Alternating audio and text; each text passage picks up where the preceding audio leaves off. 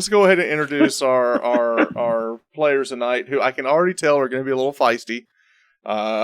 So starting above me, we're always feisty. Always I don't know feisty. what you're talking about. Oh, okay, all right. Hi everyone, I'm Ellie or Elbel. I stream on Twitch here full time.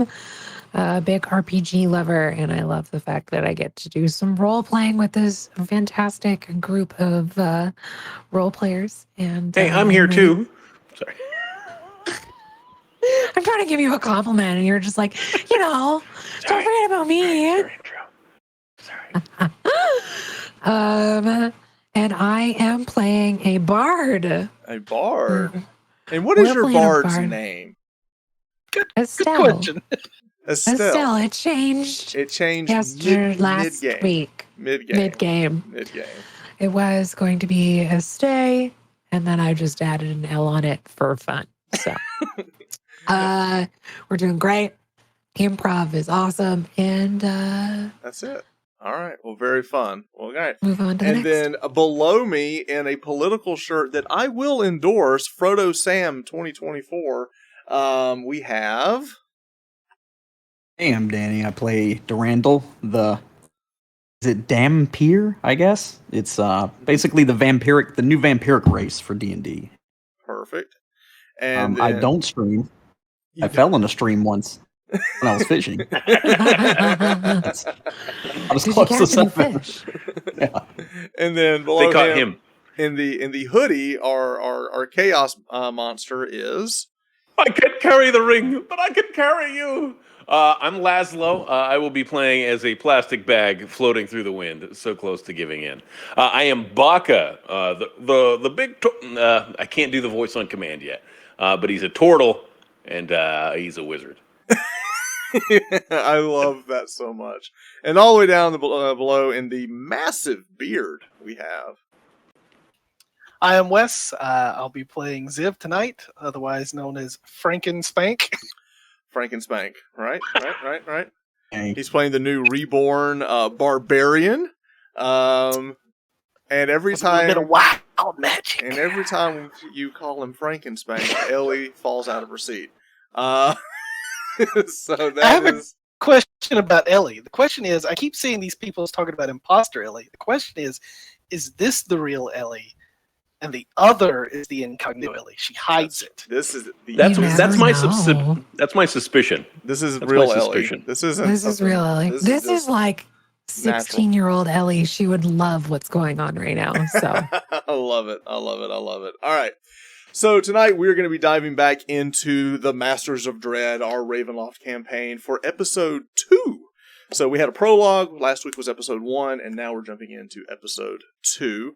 So I want to welcome everybody in. We're going to dive back in, and we're going to dive into our familiar place that we always go to. We're going to start tonight in Waterdeep. We're going to go back to the Troll Skull Manor, which is the manor that we start at. So everyone in chat, come on in, and as we welcome you back to our dinner theater, and go ahead and grab your seats, and let's go ahead as we enter back into the Troll Skull Manor, and let's go inside the tavern tonight. And let's get our tavern music kicked in. And now, as everyone comes in, just remember you're going to be greeted by Luzhong, the half-orc proprietor of the Troll Skull Manor. As everyone's getting tables together, you're greeted by Luzhong. Oh, everyone, welcome so much. Oh, Kwaski, so much to see you. I see. Oh, Bela, you're back. And thank you so much. I see Sub-Zero is here, and some of the others. Welcome so much. So everyone come on in, grab a table. I believe Hilkath in the back as well. Come and grab your seat. We have your meals and everything ready for you as you placed your advanced orders. And as we come in today, I'll go ahead and I'll go get our bard, our storyteller ready. So everyone, please have a seat. And as he says that, he reaches over and he goes out in the back, and out comes the Marcus Madmore, the famous and illustrious bard who goes by the magnificent and marvelous Marcus Madmore.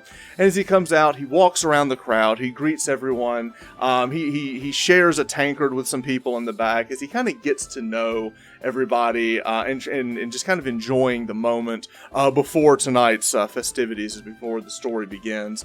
After everyone is seated and grabs their tankard of ale, He stands at the side and he reaches over to the bards and the minstrels in the back, and he kind of like lowers and motions for them to slowly bring the music down, as he then brings his music up. And what he does, he ends to actually cast this ghost sounding spell, and all of a sudden this different music fills. As he does that, all of the candles in the room begin to dim, and it is kind of the cue for everyone that this is time to begin his new story.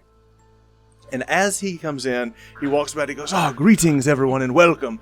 Tonight we are going to be telling our tale, which I remind you is not of the faint of heart. For tonight we will be telling our story of a realm in one of the domains of dread known as Vanatar. But before we get started and pick up from our story from last week, I need to tell you a little bit about this world, and more importantly, the Lord who governs over it. And what he does, he pulls out this orb, and as he pulls out the orb, he kind of pulls his hand above it, and this cloud begins to emanate from the top of it, and you can now see inside this cloud, and inside the cloud you can see this vision of this world, this realm opening up, and you see this landscape that is on fire. Everything is burning. You see houses burning, and you see one person walking, this female warrior walking, this visage of this blood-soaked warrior, and that is the image that we start off with tonight. So let me begin tonight by showing. He goes, this is Baranya Leandra. Now, the legend of Miss Baranya Leandra is that she is the lord of this realm of Vanatar. But before she became this lord, she was a warrior. And this warrior sought out and to hunt and to best everything in the land until she was cursed. And this curse, the legend says, transforms her into this monstrous beast. It is rumored that she may be one of the earliest reported lycans of the world as she transforms into this monstrous beast. And it is unclear exactly how the people of this world were able to defeat her, but they were able to banish her in some way to this domain of dread where she is lorded over. Now, the domain itself is harnessed and guarded by the warden, this mist that kind of controls the world itself. And the story that we have been telling are the residents that live within this domain.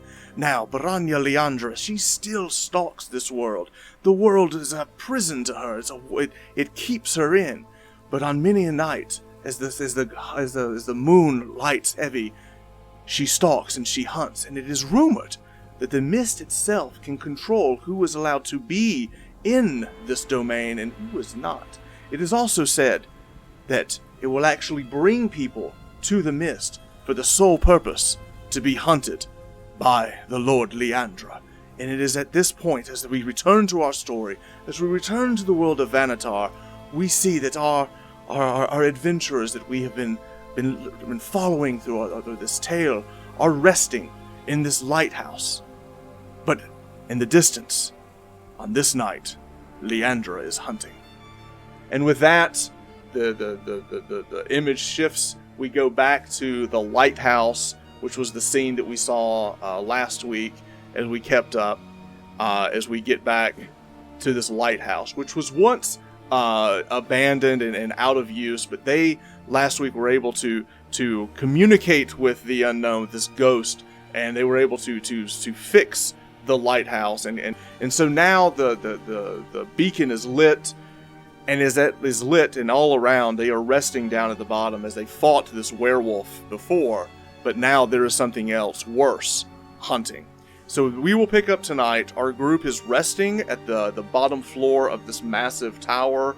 The light is emanating above. Darundal, you are standing next to, we'll move over. So we see the interior of the lighthouse.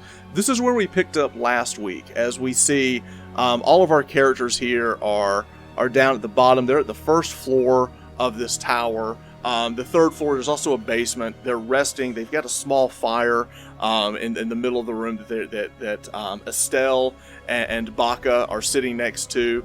By the door, Darundal, you're keeping an eye out of the door as you're kind of keeping watch. And then also in the corner, just kind of sitting back, looking out the window, we have Xiv, the massive 7.5 or 8 foot tall monstrosity that is sitting there, looking out the window and kind of contemplating as he is resting as well. But Darundal, you are currently on watch tonight as you are waiting and waiting for this night that doesn't ever want to seem to end to finally abate. But as you look out, you see these clouds come across the full moon, and you know these clouds, that when these clouds hit a certain way, there's a shiver that comes down your spine because you see the shape of the wolf over the moon itself. And as that, you stop and you kind of pull the door a little bit closer, knowing that it is entirely possible the Lord herself is out and is hunting.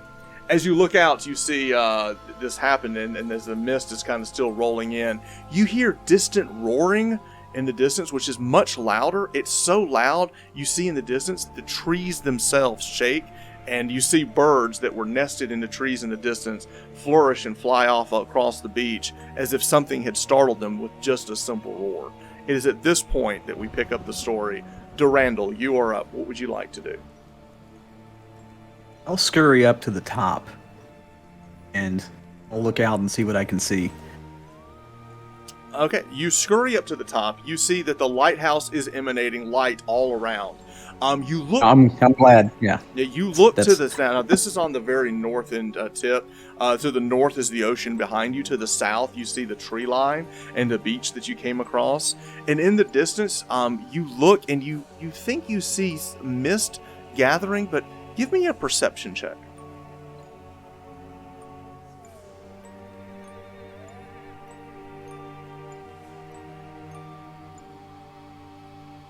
18. So with your perception check of 18, the mist is swirling, and in the far off distance, you see what looks to be a group of individuals coming out of the mist.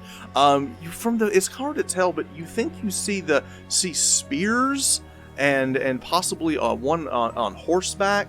But it seems that the mist has drawn some individuals pretty far into the distance, up the road into the south, actually, down the road. Okay. But you do see some individuals that have been pulled from the mist. Now, as you're upstairs looking out, and we're going to go back downstairs. Baka, what are you doing? Baka's on the second floor. He's got his quill out, and he's actually jotting notes on the wall about Ezra Grant, the lighthouse keeper here, and how his soul was put to rest by Esteel this past night. All right, so you're writing the story itself, and now Esteel, what are you doing? She would have been on the second floor with Baka. Okay. She would probably have her hood up and be like nuzzled against a wall, leaning up against the crate. She would have cast Prestidigitation, making sure that everything is clean and back in order. So you were covered in blood. Blood splatter from the last, so you've gotten all that, you're clean. And you're just kind of sitting there trying to keep warm. You do hear the distant roar.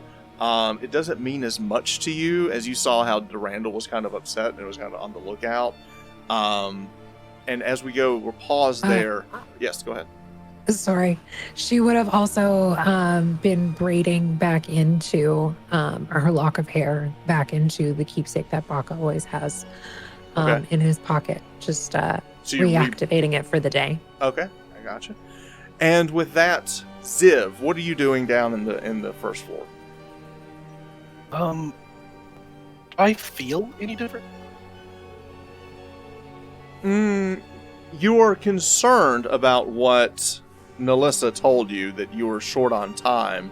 You're not exactly sure what that means, but you are concerned, if nothing else. You don't feel any different. So, is everybody actually resting right now, or is it like, can people like do things? We're basically in a long rest, but you only require like sentry mode as a reborn. You can still move about a little bit, but you're in rest mode. I would want to go up to the second floor and approach Esteel. Okay. I would sit down on the floor as small as I could get. Okay. And say, Esteel, I know we just met, but while we were fighting, I saw that you had the cards that are used to tell the future. Yes. They were my grandmother's. Can you use those to make readings? I can certainly try. They're not quite. They don't speak to me as well as they did for my grandmother, but I'm learning. I have an odd request. Can you not tell my future? Can you tell me my past? I can try with whatever we pull. I can see. I would And she'll pull out very her deck. much appreciate that. Okay. As Estelle's getting the cards out, Baka switches from writing under the wall. He breaks out his journal and he starts jotting notes as these two correspond with each other. Okay. What is it you wish to know? As she's shuffling them up. I don't know anything. Do you not remember your past? Darundal did this, and I'll pull out the book. And he seems to think I'm this person that wrote this, or part of me is anyway. But the only thing I know is I see a spirit, and her name is Nylissa, and she's spoken of in the book, and it was Malagris's love. That name doesn't really mean anything to me. Malagris? I don't know. Okay. Can I roll a performance check to see how well I can read the cards? I like that. I was thinking what it would be. I like performance. We'll dig that. That's Can Now, awesome. what inspire exactly herself. are you I'm trying gonna to see? role play it out. Okay, that's Yeah. fine. Okay. She spreads the cards into 4 piles in front of you. Pick 1 through 4.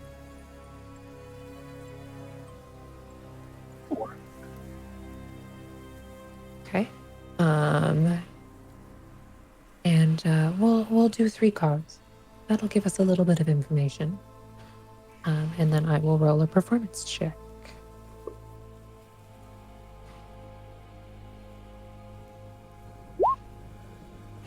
A 17. A 17. So you pull 3 cards. Now, the cards that you're reading, the thing that upsets you is the first card is one of mystery and of night. The second card is of love, which is in line. The third card is of a beast. And that seems to be more of a future. We seem to have a mix. I'm not sure I can tell you your full past, but we've You got sense these that 3. there's a love lost, and you sense that there's a monster in his future. And she would explain that to you and say that the last card seems to be a little bit more from the future and less of the past. I would hope that. thank you. Oh. Thank you. Then That's all. Oh, go ahead. Sorry. I would thank her, and then I would approach Baka, and I would sit down, and I would reach into my pouch and pull out a dragon chess set and ask him if he would like to play a game. The book snaps shut, and he kind of waves, and the quill disappears out of his hand. He puts the journal in. Why, I'd be more than happy to. He sits down to play a game of dragon chess with Xiv. So, one thing that throws you, Baka, is this giant monster is sitting down, breaking out his chess set. Is that you're thrown that he even knows how to play, and 2, as you're playing, he knows openings. He is obviously not just a novice; he knows what he's doing. What role would it be to see who wins this? I would guess intelligence. I'll throw it out there. I'm not proficient in dragon chess. I'm guessing Xiv might be. So here's what we're gonna do. We're gonna do a contested intelligence check, but Xiv gets to use his his modifier, Proficiency his bonus? proficiency bonus. I like it. So let's get Baka rolls a 5. Let's see if Xiv also rolls a 5. However, he is proficient, so you do eke out. What's his intelligence? Although bonus? is it intelligence though? Yes. I have a +3. I have a +2 plus my proficiency, which is +2. He outwitted you at the end and trapped your queen, and he ends up winning. It was a close game, and you're a little shocked. Ziv, I gotta say that you obviously played this game before. I haven't played much myself, but it's really interesting some of what you're able to do tactically. I didn't see, I couldn't see that far ahead. It was pretty good. I was curious if I knew how to play this. I found it in my bag. Oh, well, I'm a little embarrassed. I appreciate the game. Of course, I'm happy to play with you. Oh, that's great. Okay, so as you two are playing your game of Dragon Chess, and as everything is happening, Darundal, you're still up top, and you are watching in the distance, and you are watching the shadows of these people. You can hear them talking, and you can almost understand what they're saying, but it is in like a different dialect. It is a common language, but it is spoken very strangely. You see them in the distance, and you would say there's got to be 10 to 12 of them. It's hard to tell, but you definitely see that one of them is definitely mounted, and you also see that one of them seems to be carrying some type of banner or like a flagstaff with them. And you see the one on the horse is kind of like issuing orders to the other. The wolf of the night, you look up, you see it like ominously over the moon. You kind of creep back, and as the lighthouse continues to spin, there's a moment where the lighthouse spins inland, and you see the shadow of a giant lichen, a giant werewolf, dwarfing the size of the thing that you fought before, and you only see the shadow of the beast in the distance. There's a bit of shiver that goes down your spine. Give me a wisdom saving throw. Lord in heaven.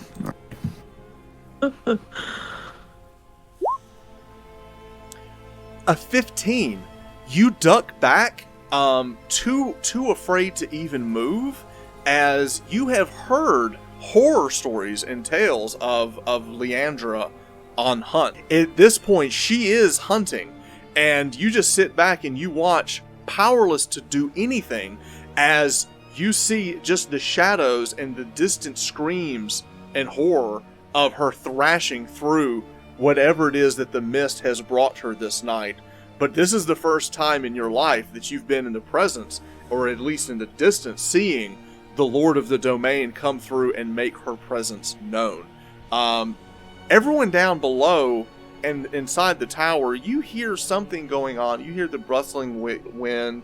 You hear a little bit of howls in the night, but you're not really getting what's happening to Darundal. Darundal, you see this in full force, and you are filled with terror.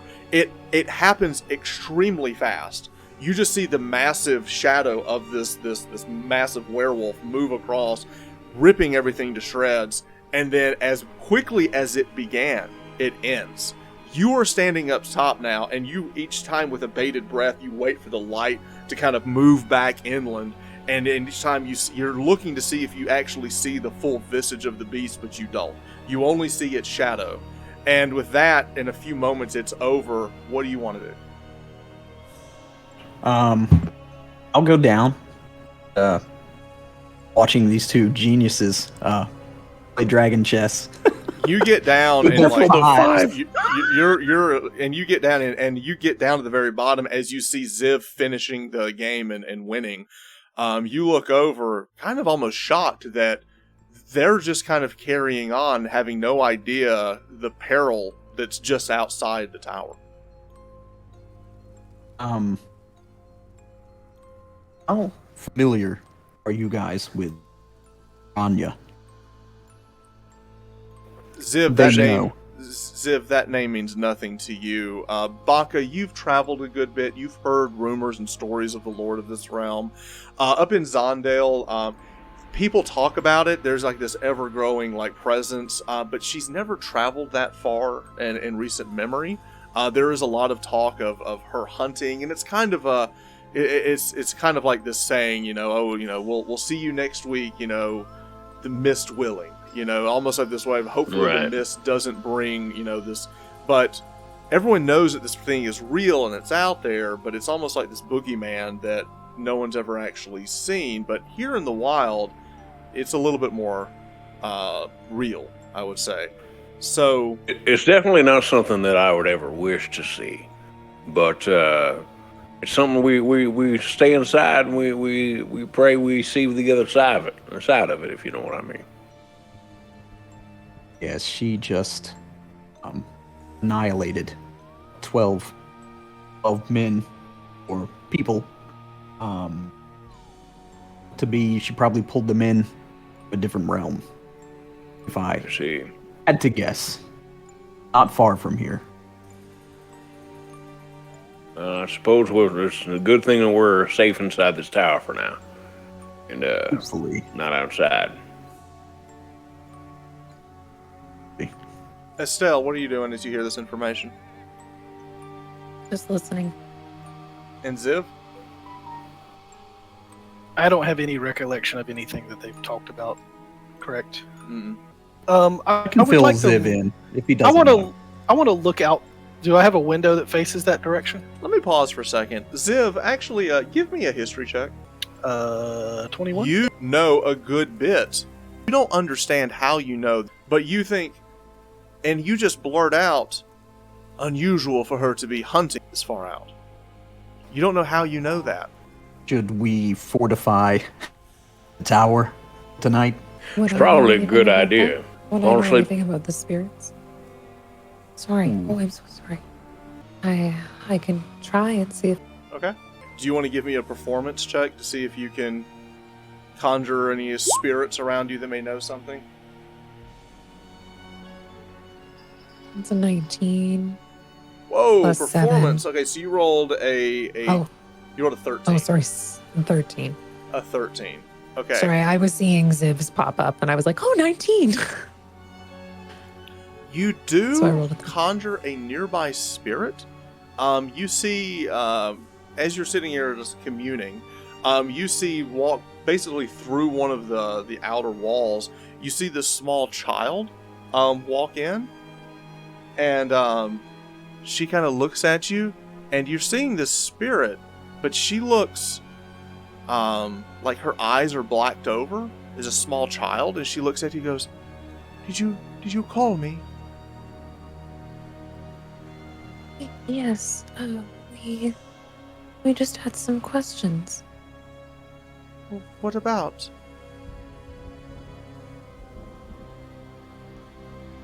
Estelle looks over. What would we like to ask? Is it safe? Is it... I don't want to ask anything at all. Ziv, Darundal, it's all up to you. I don't need to be speaking with ghosts. We don't Just see ask her anything, her right? name. Only Estelle sees the small ghost. Name? Yeah. Child, what is your name?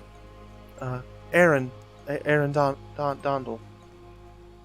Aaron Dondell, it's lovely to meet you. Thank you so much for coming. Now, when you say the name, Darundal, you recognize that name. You recognize that as a child of a farm not far from here, the Dondell Farm. I'll relay that. In The fact, the party. last you knew, that child was quite alive. Aww. You trapped. Got kids. Ask her what befell her. Child, do you know what happened before you came here? We had a visitor. We took her in. What did she look like? Long black hair, dark eyes, and dressed sort of like you. Had you met her before? My mom, she thought it was old Molly, and it was right, it was. It was old Molly. She had come for us. Do I know who old Molly is? Give me a history check.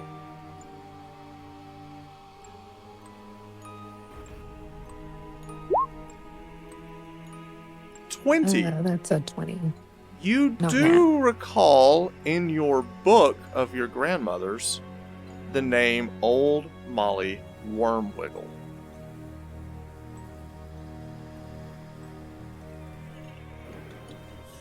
And what do I recall about her? She seems to be some type of soul-stealing hag. Great. Doesn't really sound like a delightful person, old Molly Wormwiggle. No. I would relay that information. Now, Darundal, you have heard that name. There's a local legend about Old Molly.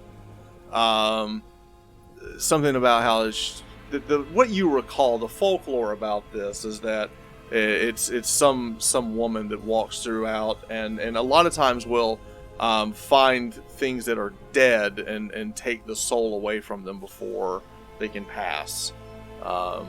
Soul collector. Oh, this night just keeps getting happier and happier. Wonderful. Poor child.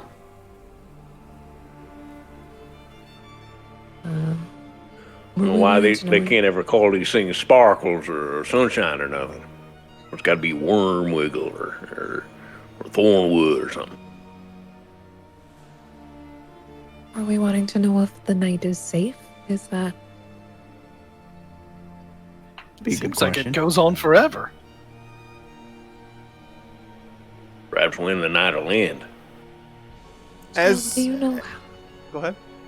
Oh, no, go ahead. Child, do you know how long the nights here last? Until Leandra is done. Can you elaborate? I'm not quite sure I understand. Well, she's hunted. Morning should come soon. Did you get taken with the hunt? Oh no. No. Can I do anything to help you? Well, yes. Old Molly still has my mom.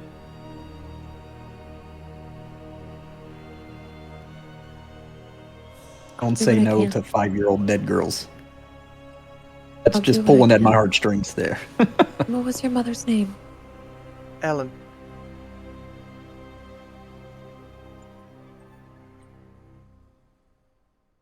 I'll do what I can.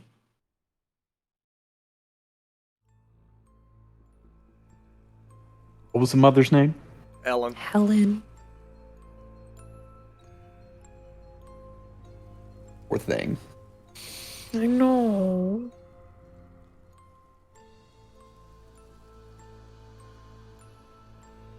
I'm going to ask them to. Is it Baka and Estelle? Are you natives of this land? Baka is not.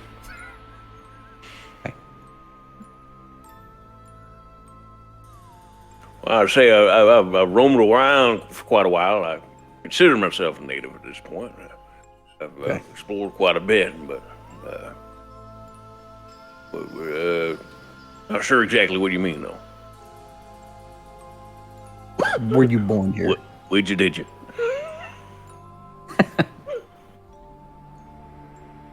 Were you born here, or were you mated?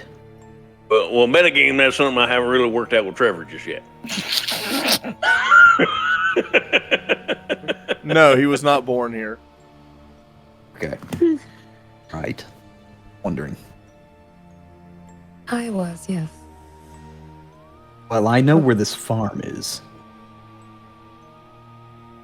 Old Molly still has Helen, so.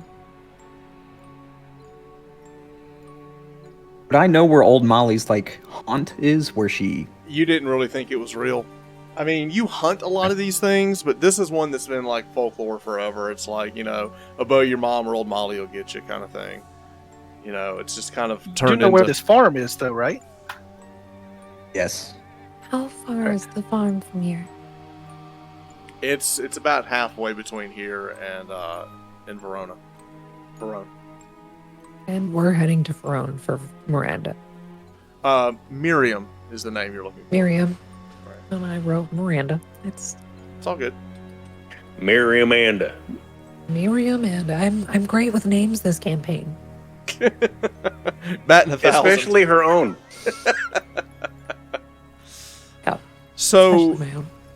the ghost of Aaron dissipates as the night finally mercifully comes to an end. The sun comes up, but it's still sun here it's never sunny here. It's just overcast and cloudy and dreary. Never sunny in Barovia. It's never sunny in Vanatar either. As the moon finally fades off into the distance, a light of the day comes in. There's a dreary mist that kind of comes out as you open the door and you see, as the waves are crashing in, the tide is rolling in. As you look out, and in the distance, Darundal, not far up the road as the mist, you can see what looks to be the remnants of battle, probably 300 yards away. Is that on the way Yes. that we're going? Let's Right. go check it out. Yes. So, is anything else you want to do before we leave the lighthouse?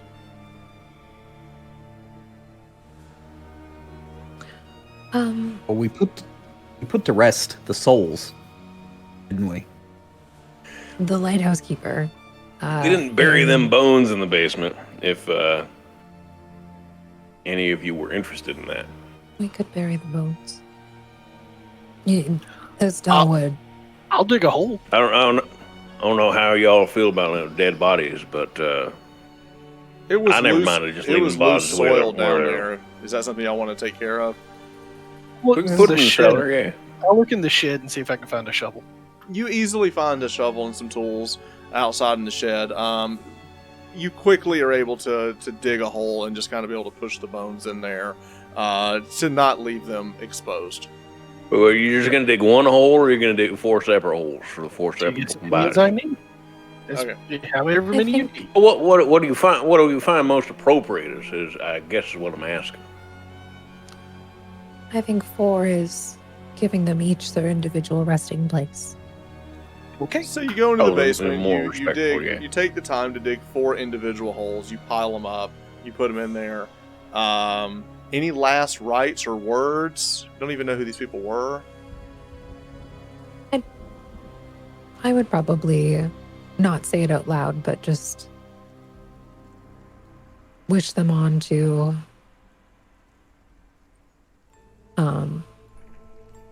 the resting place that is right for them. Okay. As I Do know like that a everybody's mo- is different, and As We'll do like a moment of silence. as the morning If goes, she does that. each of you, pull out. Food is kind of something we're a little lacking here. Darundal, you have some rations. You're able to, while they're digging that up, you're able to go out and easily catch some food in the area and bring it back.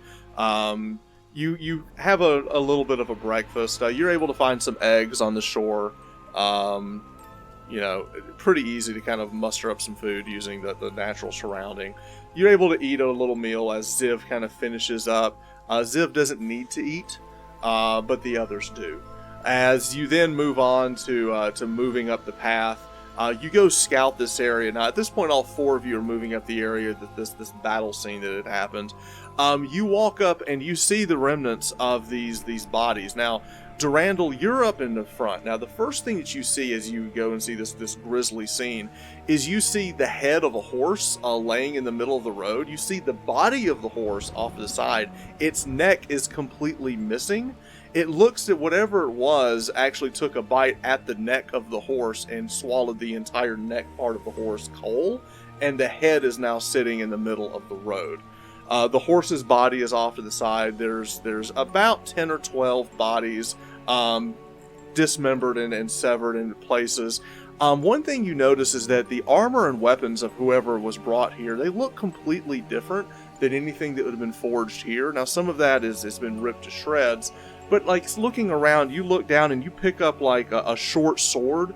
It's like a gladius. And it looks finely made, and it's just a steel weapon.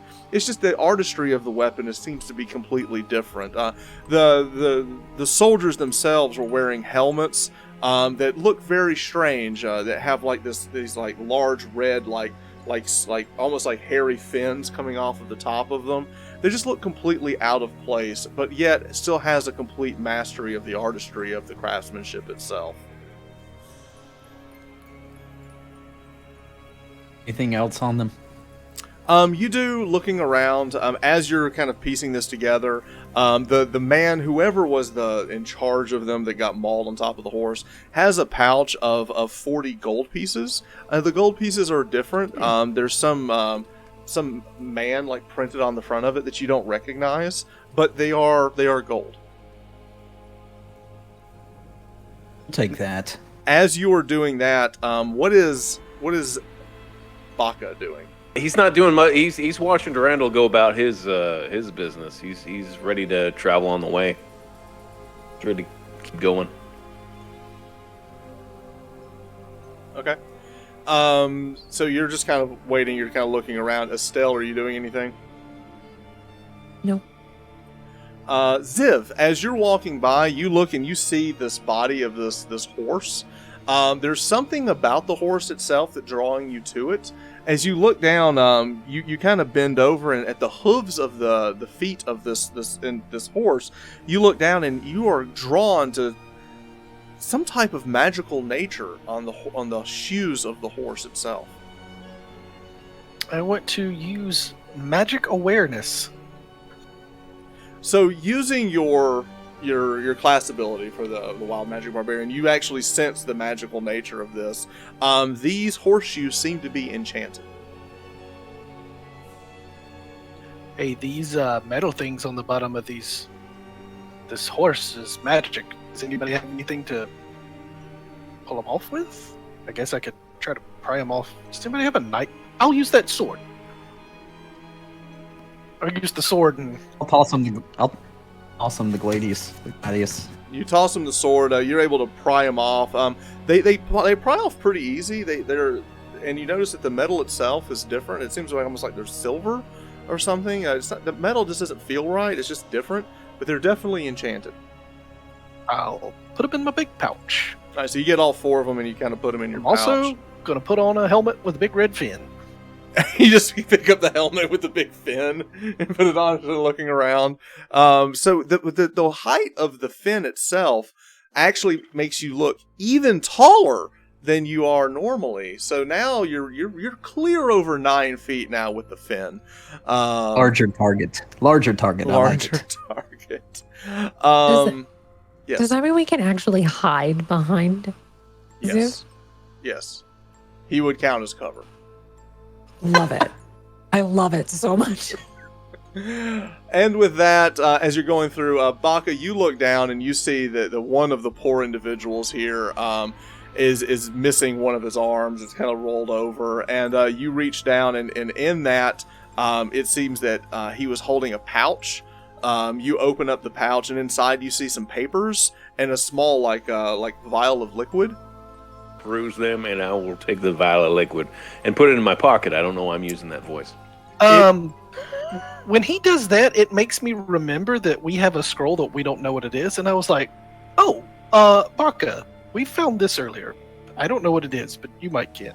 Or he'll take it and he'll start taking a look. at, All right, so at this scroll. the first scroll that you found today, the one you just found, you reach up, make an Arcana check.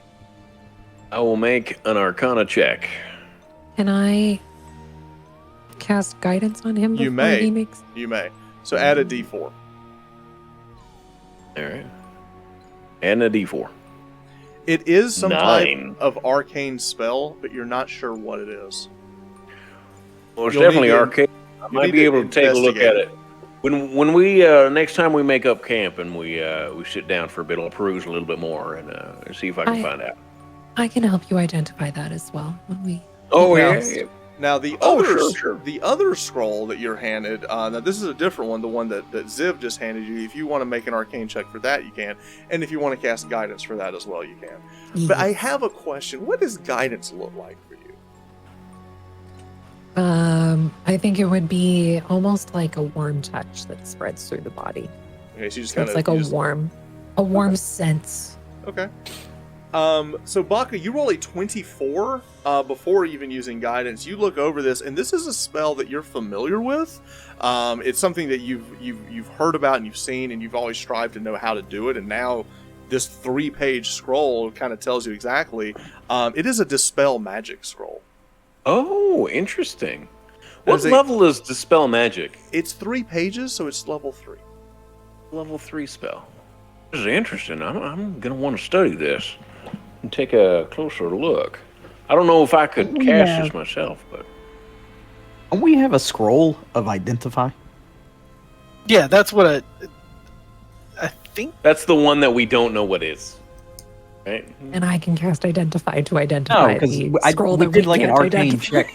Yeah, we We did. did an We had arcana two- check and figured We out had what it two was. scrolls. We had an identify scroll and a what now we found out what this one is, which is Dispel Magic. You do figure have out what a the horseshoes you are. do have a scroll of identify.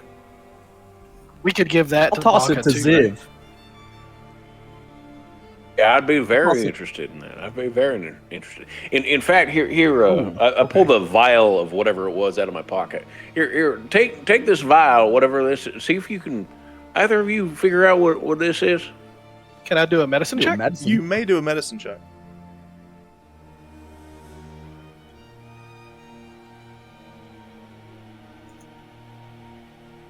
$25. That is a natural 20 from Darundal.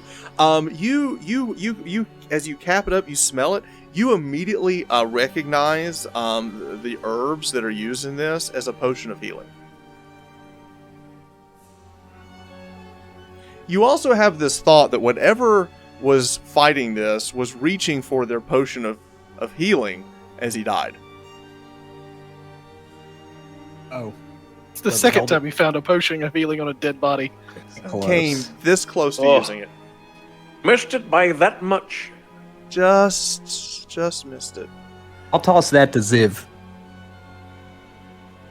I'll put it in Mind if inside my coat. I take a look at that scroll of identifier you see? Yeah, Ken? I toss. Yeah, hand it to you. Baka immediately he waves his hand and the quill comes back into his hand and he opens up his spell book and he immediately starts copying it down. Okay.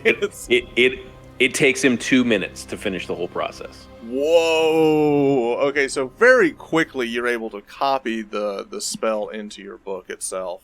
Now that does not use up the spell, the scroll, so you have an extra use of it Excellent. as well. But you can copy Once it over. once Baka's done, he will pass the scroll back. So at this point, I don't need it anymore, but I appreciate you. Thank you very much. Well, I can't use it. I don't think. You can certainly try. You might give it a shot. You never know. Figure out what those horseshoes do, Ziv. I guess I could use the scroll on it. You can. I tell you what, don't waste the scroll now, though. You're pass them right over to me, and Gotcha. he'll open the spell book again, and casting identify as a ritual, using my subclass feature. I can use that as in a single round. I don't have to use an extra 10 minutes to do that. Wow. So you pull out the book, Yeah. you do a quick ritual. You find out that these are called the horseshoes of the Zephyr. And when they are on a horse, the horse does not have to run on the ground. It kind of hovers on the air. Nice. Very nice, very nice. And as a point, all of this loot Water. was rolled by our people in Discord. So thank you to our Discord. I'll post who rolled what later, but that is what came from Discord. Nice. I had a quick question with those pistols. Mhm. Who was taking the pistols? Not me. There was 2 of them. Anybody want a pistol? Can the pistols be dual wielded? Yes, they may. Oh, nice. Dual wielded. Dual Yes. wielded dual pistols. Dual wielded dual pistols. Right. Okay. They're Dueling all yours pistols. if you can wield them. Wonderful. And we said last that I can, yes? Yes, you may. You may use them. Yes, you're proficient. Nice. Wonderful. So I you will load take the the- pistols. It does take a round to load them.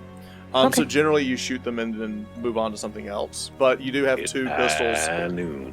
and you've got them What kind of damage do they do? 1d10. I'll take it. Yes, dueling pistols do 1d10 plus your proficiency bonus. Nice. You said they've got the loading feature? Yes, so it takes a round to load them. I'm gonna look at Darundal and say, maybe we should get going to the farm. Yes. Agreed. So Wise notion, Ziv. as you move through the woods, you leave this grisly scene. You move up into the farm.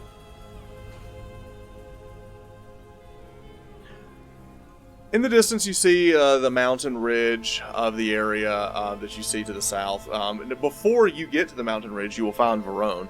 But between here and there is this small farm, which is, you know, a good 5 or 10 miles south. It's the Dondell Farm.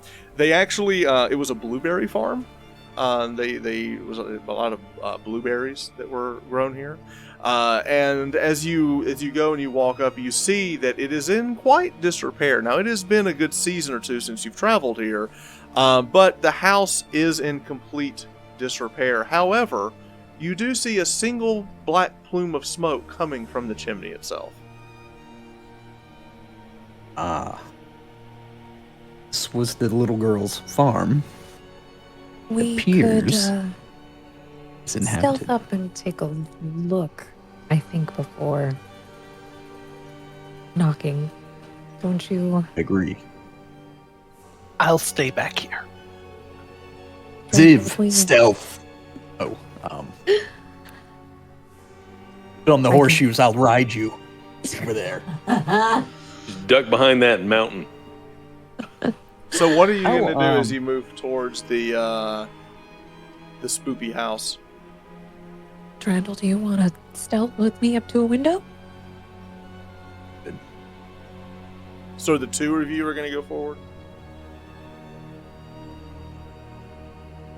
I think so. Okay. Both of you give me stealth checks as you move forward. Darundal rolls a mighty 24. That's an 18 plus 6 for a mighty 24. Estelle, you roll a 16 total, 16. 9 plus 7.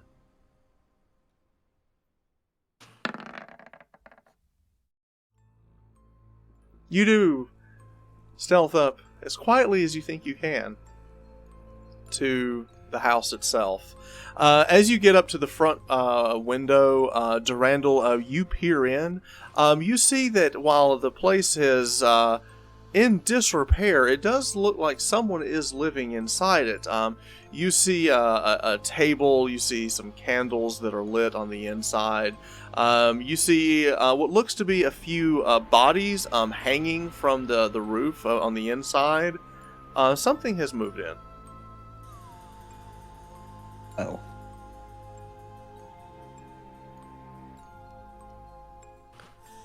Don't see anything in there. Give me a perception check.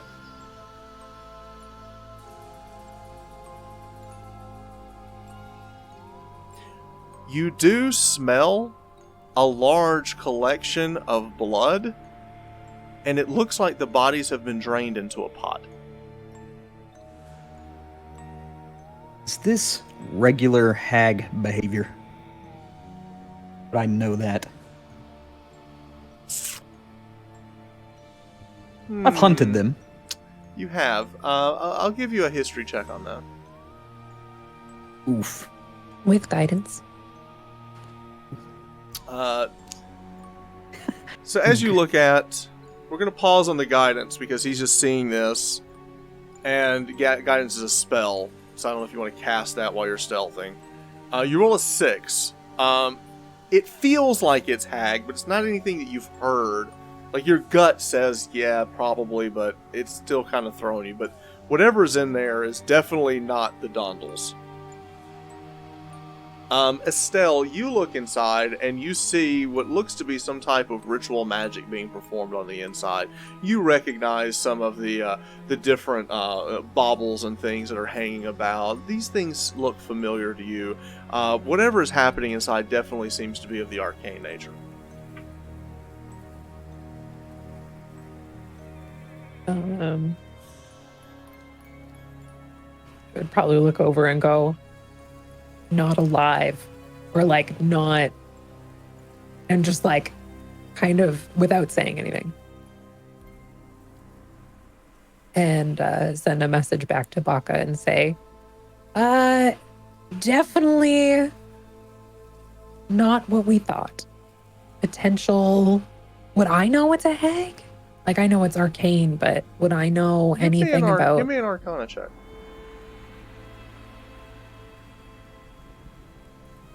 No. An 8. Everything about it feels like that, and based off the information that you got previously, yes, but you haven't really experienced some of this stuff. There's something arcane happening here, and nothing about this feels good. Yeah. And I would just say that back to Baka. Dead bodies. Arcane magic. Definitely not. As Baka's approaching, he gets a sense of it, and he's going to be step kind of lightly in here. If there's a hag involved and is anywhere near, he's going to be a little bit wary of it. But he'll kind of help investigate the area a little bit. And are you moving forward? see yeah, he'll go ahead and move forward. And oh, that's right, because she's talking to me telepathically. He'll start approaching. Yeah, he's got his hands on the little bauble, tucks it back in his pocket, and he will approach and start taking a look and see if he notices the presence of anything still living. Make a stealth check. Around.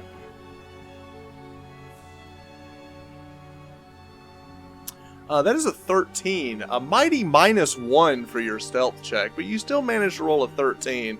As you move forward, you look about. Give me a quick perception check. A quick perception check. Yes, sir. You stop in your tracks as you look back, and you see that there's a slight flicker to the house itself, and you sense that the entire house itself may be magical. I'm going to relay that to Estelle, just telepathically. You might want to be careful in there. This whole area seems magical of sort. We might want to be wary. I would say, I wouldn't say, but I would like motion back up, and we'll go back with the party. Darundal, you take a step backwards. Your foot steps into a puddle. You look down, and you're stepping through the ground into a puddle. As you kind of peer closer, it looks like you're stepping into a bog. You don't recall there being a bog anywhere near this farm. When you're hags. Jeez. Shouldn't have done that. He was just a boy. All right. Do I know anything about this type of hag? This bog hag or whatever? No, nothing comes to mind. It's illusion. Right. I still see Xiv and everybody. Does it like flicker back? Or You don't see the flicker. everything? You don't see the flicker. Oh. As you kind of look back, you kind of peer back into the window. And for a brief second, you see the visage of this face come into the window itself. You see this long black hair and these eyes looking out at you. And you hear this voice kind of earing through the window. It says, "Oh, your soul. It should be delicious." Make a wisdom saving throw. Always me. It's always me.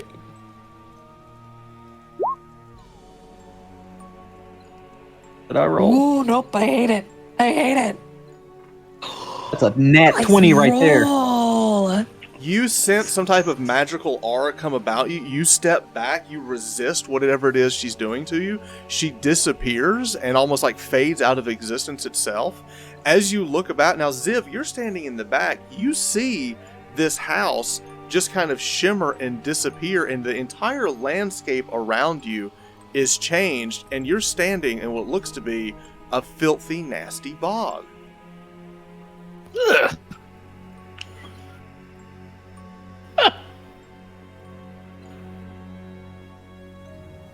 So, is there a house that they're actually gathered around? Just looks different. No, there is no house. Illusion. Do I see anyone? So we're going to pause. We're going to move characters onto the map, because where we are right now matters. Baka's here. Darundal, you're up here. Esteel is standing next to you. And Xiv, you are way back here. Okay, so this is the scene. Everyone, you thought you were standing next to this dilapidated farm. All of that has dissipated at that point. As you look about, you see what you thought were like these blueberry bushes is just like these gnarled thorns. What you thought were like, you know, this house, you're just looking at these trees. You were actually peering through like the two trees next to each other. All of that has gone away. And now you're standing in this bog, and all of a sudden this aroma of this bog stench, you smelled it the whole time, but you didn't think too much of it. As you look about and you realize that you have somehow made a wrong turn. You're nowhere near this farmstead. You're actually somehow made it into this bog. So right now what we're going to do, we're not in combat, but we're going to go top to bottom and see what everybody is doing. Something is wrong. Something is here. And we're going to start up top with Esteel. What are you going to do? She's going to cast Tales from Beyond. What is Tales from Beyond? Tales from Beyond is my College of Spirit feature. Okay. I get to roll 1d12, and it tells me what kind of spirit comes and joins us, and I'll cast it on myself. Okay. Oh, man. Well, roll your 1d12, and let's see as you conjure a spirit. I called an 8. And what is number Which 8? Is Tale of a Phantom. The target becomes invisible until the end of its next turn, or until it hits a creature with an attack. If the target hits the creature with an attack during the invisibility, the creature it hits takes necrotic damage equal to the roll of your bardic inspiration die, and is frightened of the target until the end of the frightened creature's next turn. So what a farmer comes out of the bog and obscures you, and you see this farmer come up and he just makes you invisible. So you vanish out of sight. Now Baka, you've been traveling with her before. This is the first time you've seen her do this, but not totally surprised, but you haven't seen her just vanish in midair before. What would you like to do? Well, first thing through the bauble, I ask, "Are you still in the same place? You just I'm disappeared." right where I was standing, and I would look down. This is all through telepathy, right? Yeah, I'd look down to see and You realize I can see through my own hand. nice. He's gonna start getting closer, and he's gonna. I guess the illusion is gone now, right? Correct. Can I try and sense like the arcane energies? See if I can sense where this magical creature is maybe through like an Arcana check or something. Yeah, but it's gonna have to be pretty high. but I like what you're doing. You're trying to sense Not the a, magic. not a whole lot else I can do. Right. But we'll give it a shot. That's not gonna do it. You do Get a sense 9. You sense dark magic, foul magic afoot, but you can't quite place it. The entire place seems to be just wrought with some type of enchantment. Darundal, what are you doing? Xiv is completely clueless, so I'm just gonna call back to him. Say, there is a hag about. Be wary. Go ahead and bring old Tesla Coil out. We've got some mashing to do. Monster mashing to do. All right, so you're standing next to us. Everyone's standing on the map where they want to be. Oh, let me look at the map. I mean, I would want to approach a little. Okay. So you can move forward. You can pick up where you want to be. Oh, right there. Okay. Yeah, that's good enough for Baka. Baka. So, Darundal, what do you have swords in hand, bow in hand, anything in hand, just kind of looking around? I'm pulling the bow out. All right, so you I got got the bow out. Notched. You've got one of your magic arrow notched because you're down to 4 of those. Okay, so you pull out the magic arrow. You're looking about. Xiv, what are you doing? You just kind of taking a couple steps forward. As soon as I get close enough to Baka, he's going to notice my eyes go a different color.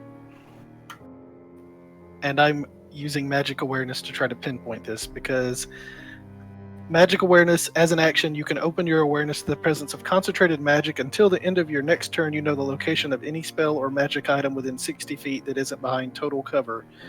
When you sense a spell, you learn what school of magic it belongs to. Okay. Nice. You look around. You don't see anything magical in front of you, but as you turn around behind you, you do sense a very strong presence of necromantic energy coming as you look, and you see all of those skeletons that you had left, the zombies, the soldiers, the dead soldiers on the road, are now running down the road towards you. All the dead soldiers are now running. Guys? And with that, we will roll initiative. So here's what we're going to do. Gotta pay the troll tax. Estelle, you're going to go first. Then we're going to have Xiv, then something. And then Darundal, then Baka, and then our newfound skeleton friends will go last. So Estelle... Is there more of them down there? Oh, I'm sorry. Yeah. Let me get all my tokens out.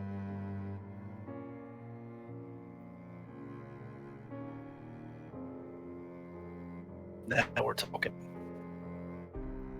Hang on.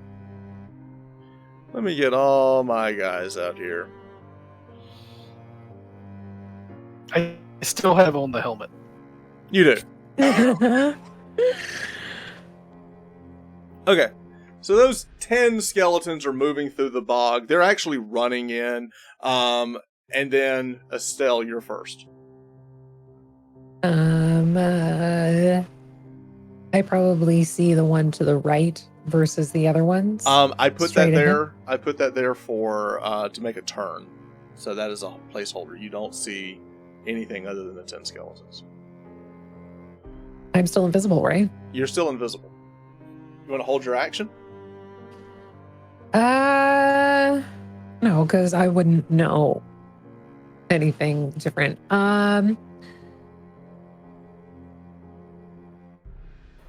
Would casting something like Hex take me out of invisibility?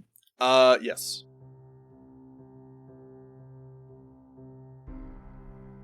Okay. Then I will cast Hex on the first one that's getting close enough. Okay. So that's a bonus action. You use your natural ability to hex. Is not actually a bard spell for you. That is part of what you are. You cast Correct. hex. Okay.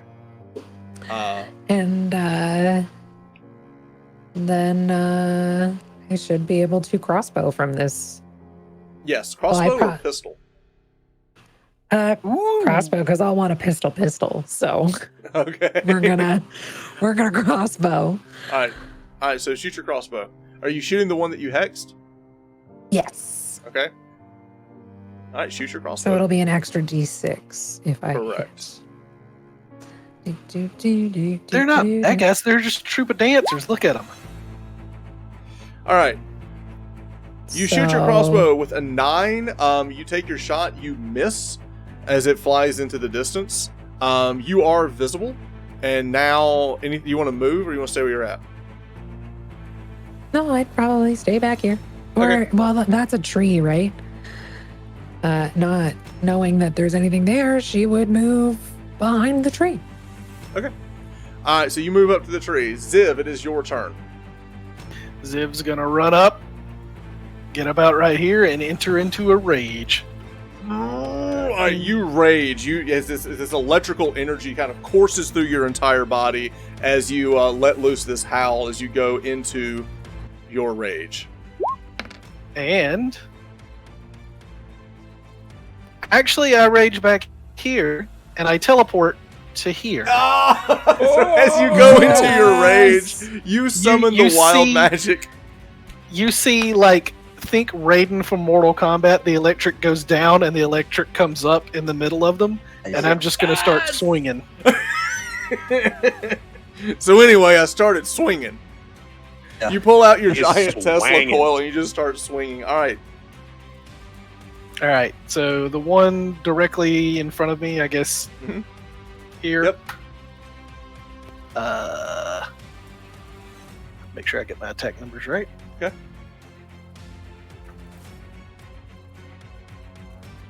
+6. +6. I think, yeah, there's +2 damage when I'm raging, right? Yep. All right, so roll to attack. You roll a mighty 16 before all your mighty bonuses. That will be enough 22. to hit. 22. Roll your damage. Alright, You do so crush it with the might of the weight of this giant broken off Tesla's coil that you've been carrying around as a maul. You do 9. 9 total damage. Now, you bust into this. Its left arm shatters, part of its rib cage falls to the ground. It's still coming at you with its one good arm. Okay. And now, I have a bonus action. yes, you do. Oh no, your bonus action was to rage. Oh, okay, sorry. Yeah, so you raged, you teleported in, you brought out your maul, and you blasted, and half of this thing is now broken off.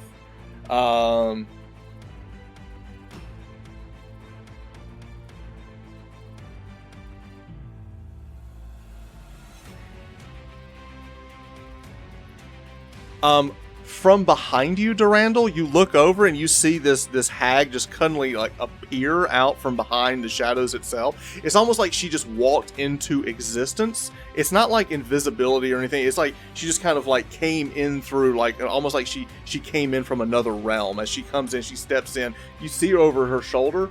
She reaches out to you.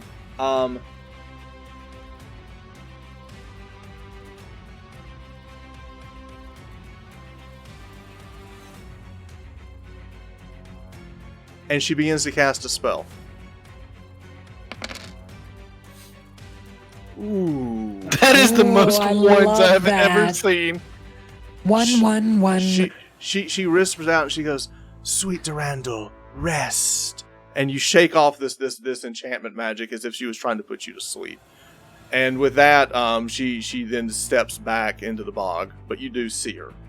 Darundal, it is your turn. You feeble old woman. Tried twice now. I'm going to drink your blood before this day is over. I'm gonna shoot her with my bow. Okay. Is there anything you want to do before you shoot your bow? Do you want to use your bonus action or anything? Yeah, let me I'll save that for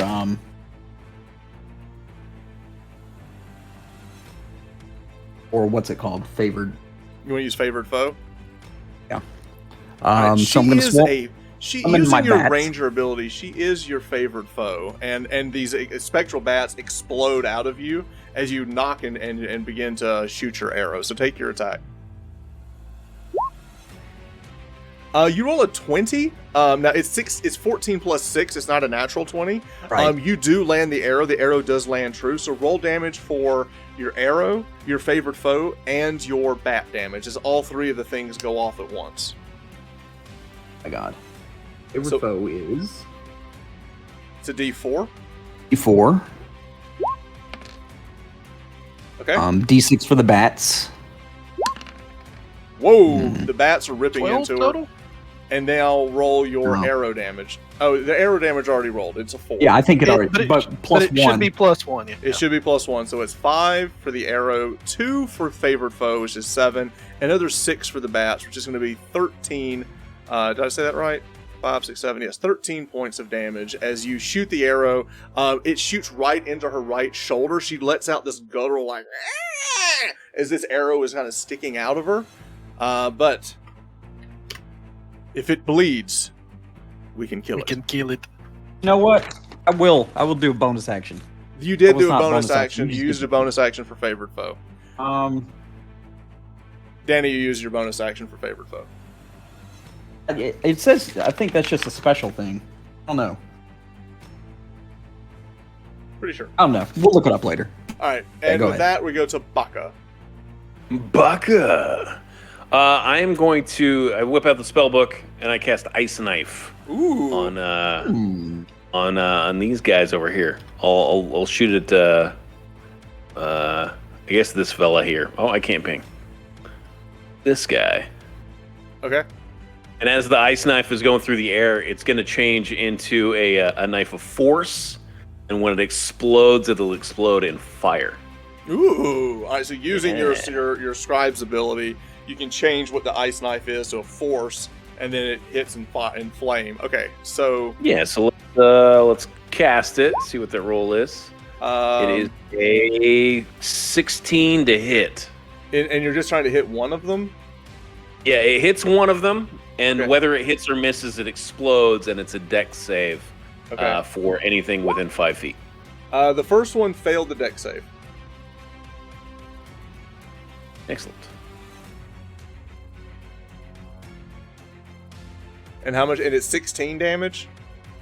No, it's a 16 to hit the first one. Oh, okay. Does that hit? Okay. Yeah, that hits. The 16 hits for sure. Okay, so that'll be 7 force damage, Okay. and then it's that and targets within 5 feet have to roll a dex save. Okay. And if they fail, I'm casting it at level 2, Okay. so it's 10 fire damage. So All right, there's anyone like that 4 fails the around it dex within save. 5? I'm gonna say there's 5, 3, 4. Yeah, there's 5.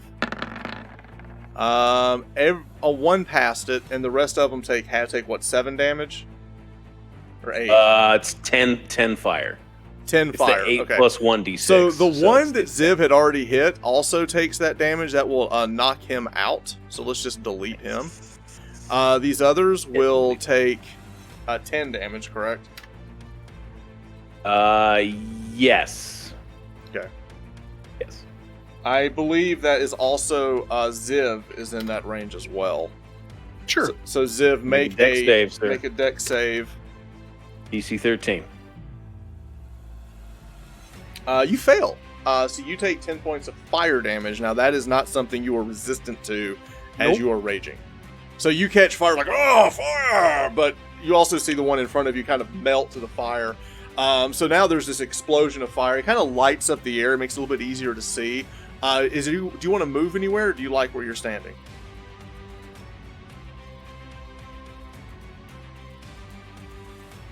You're talking to Baka, right? Correct.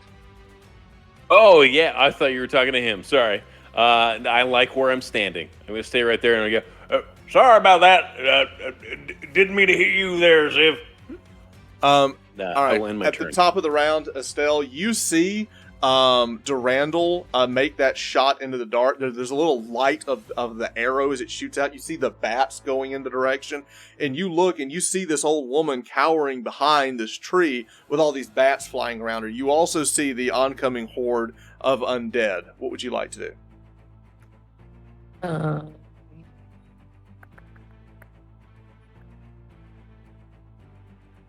Let's Let's Dissonant Whisper the hag. Ooh, all right. First level. Okay. Instead of actually whispering, since my tarot deck is my Mhm. spellcasting focus, it's as if all of the cards are whipping around, and Okay. it makes it really hard to hear in hearing whispers of the spirit world. What's my save?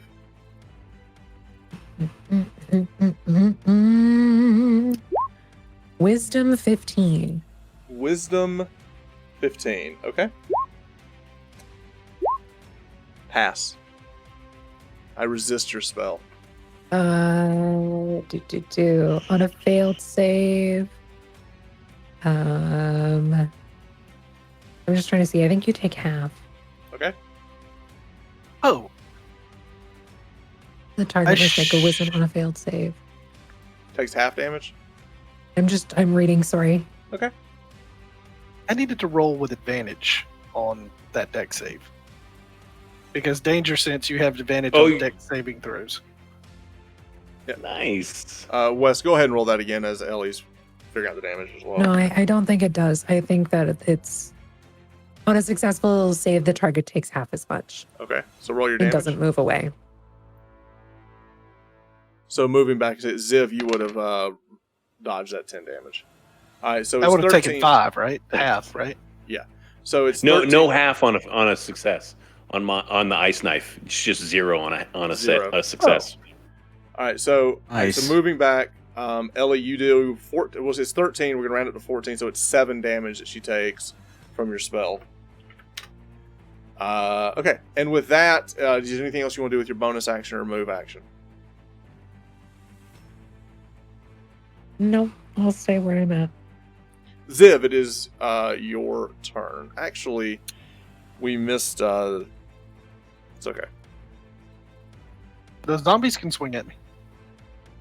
Yeah, let's. We're gonna put the zombies here. It's gonna say we. We skipped the zombies. We're gonna put the zombies here. All right. So now the zombies are gonna swing. So we've got 1, 2, 3, 4, 5, 6, and these are gonna start moving this way. They will double move to get to here.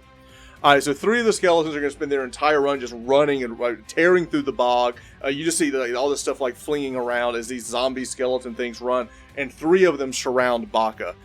The other 6 run and try to dogpile on top of Ziv. You see this massive Goliath-sized zombie man swinging this giant Tesla coil with this energy flying about him, as 6 of these things will then begin to try to bring him down.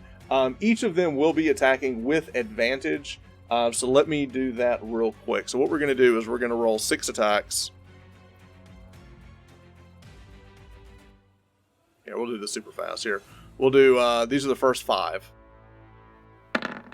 Okay, I've got 2 misses. I've got a natural 20. Does an 18 hit you? Yes. So 3 of those hit you. The other 2, we're going to roll those again with advantage. 14 and what's your AC? 15? 15. Okay, so 3 of them hit, one of which is a critical strike, and then we've still got one more, the 6th skeleton. Let me just kind of do all this super fast. One of them will hit. So we're going to have 4 total hits, one of which is a crit.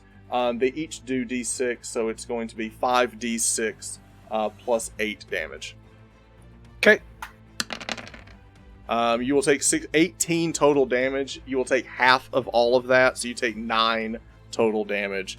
As all of these just kind of start picking and stabbing at you, they're ripping through your flesh. As hard and as tough as it is, you're just naturally resistant and tough. So you only take 9 points of damage. They're all kind of stabbing you with their little undead arms. With that, it's Ziv's turn. Bonus action. Okay. I'm now here. Okay, you again disappear into electricity and you teleport back over to Baka. Because your wild magic is still surging. You're still Nice. extremely pissed off and raging, and now you appear next to all of these other undead that are trying to swarm your friend. Actually, I'm going to go right here. You're so gonna that go we behind have them. Okay. advantage. All right. And I'm going to go for this one right here. All right, so attack with advantage with your giant maul. I'll just go ahead and roll 2 d20. Perfect. A 4 and a 4. You rolled 2 4s, but what's the number? What's the number? Their AC is 10. 10 total? Yeah, okay. So you appear, you're not used to this displacement of moving back and forth. You appear, you swing, and you create this crater next to this undead thing, and it kind of looks over as he sees that you basically are taunting it now that you're standing next to it as you slam the giant maul into the ground. With that, it is now Molly's turn.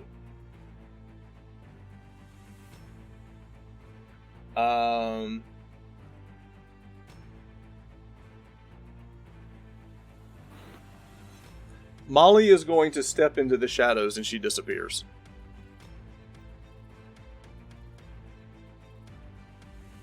Hiding in the shadows. I'm going to leave her on the map, but she's not there. And with that, we go to Darundal's turn. Alright. Put the bow up. The short swords at, well, the short sword and the gladius. They both count as short swords. Yeah, I know. And Glad it's not me. alright. Yeah, I don't want to waste it. Okay. Oh, advantage. Yes. Linked. Your roll. Yes, so the first attack you rolled an 8 or a 16. You'll take the 16 for the hit, and you deal 5 points of damage. This is the first time it's been hit. The second attack, you swing a 12 and a 14. The 14 will hit for another 4 points of slashing damage to do a total of 9 points of damage. Again, you go up, you slash at it. You're breaking parts of the rib cage off. You take the other blade and you swing it low, and you chop part of its leg. It's still kind of Sweet standing chariot. there, but it's still alive. And with that, All right. we'll go to the mighty Baka's turn. Oh man. I wish I could get out of this whole mess. Oh, have a whole lot of options here. Go